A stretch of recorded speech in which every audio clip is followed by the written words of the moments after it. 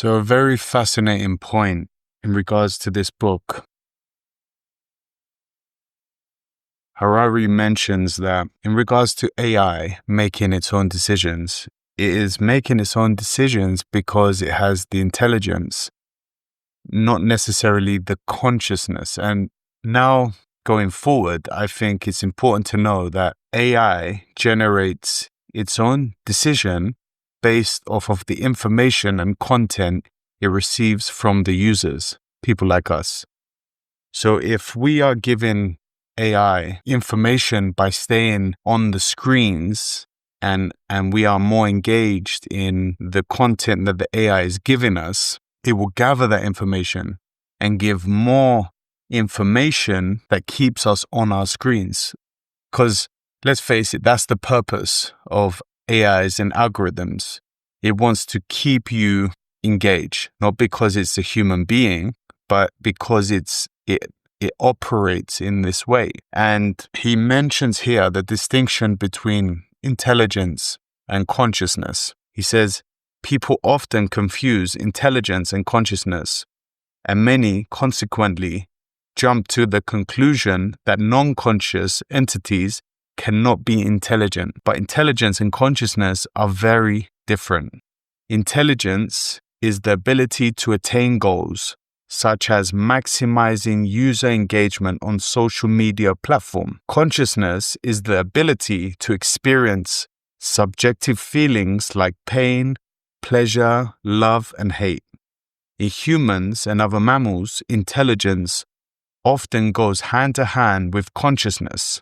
So just understanding this going forward is fundamental, because now we know that AI is operating automatically in making its own decisions, giving information, pumping information to anyone without any guidance, without any conscious decisions being made. Now, this can be dangerous because it can spread information without no care or feelings towards it. It doesn't care.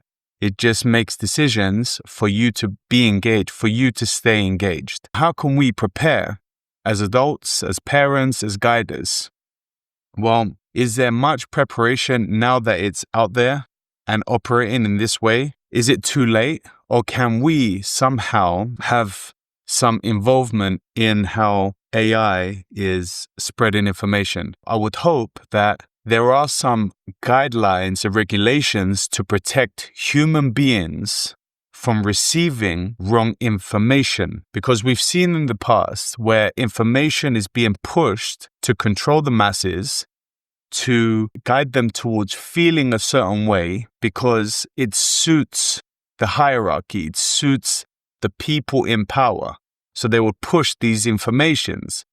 But now we have algorithms operating autonomously by themselves to push information that ultimately it has no care towards. So what can we do as parents? I would say we should prepare our kids, make them become aware of the world that they are in, bring more conscious awareness so they can understand that information is out there and there is abundance of information. But how can we distinguish between the right information and the wrong information? What does it take to be able to see what is right and what is wrong? Can also point towards insights and wisdom. But we also know information can confuse you, can misguide you, and can cause harm. So giving our kids conscious abilities to become more observant of the right information will give them a better chance to function in this world. And one of the things I constantly say on this channel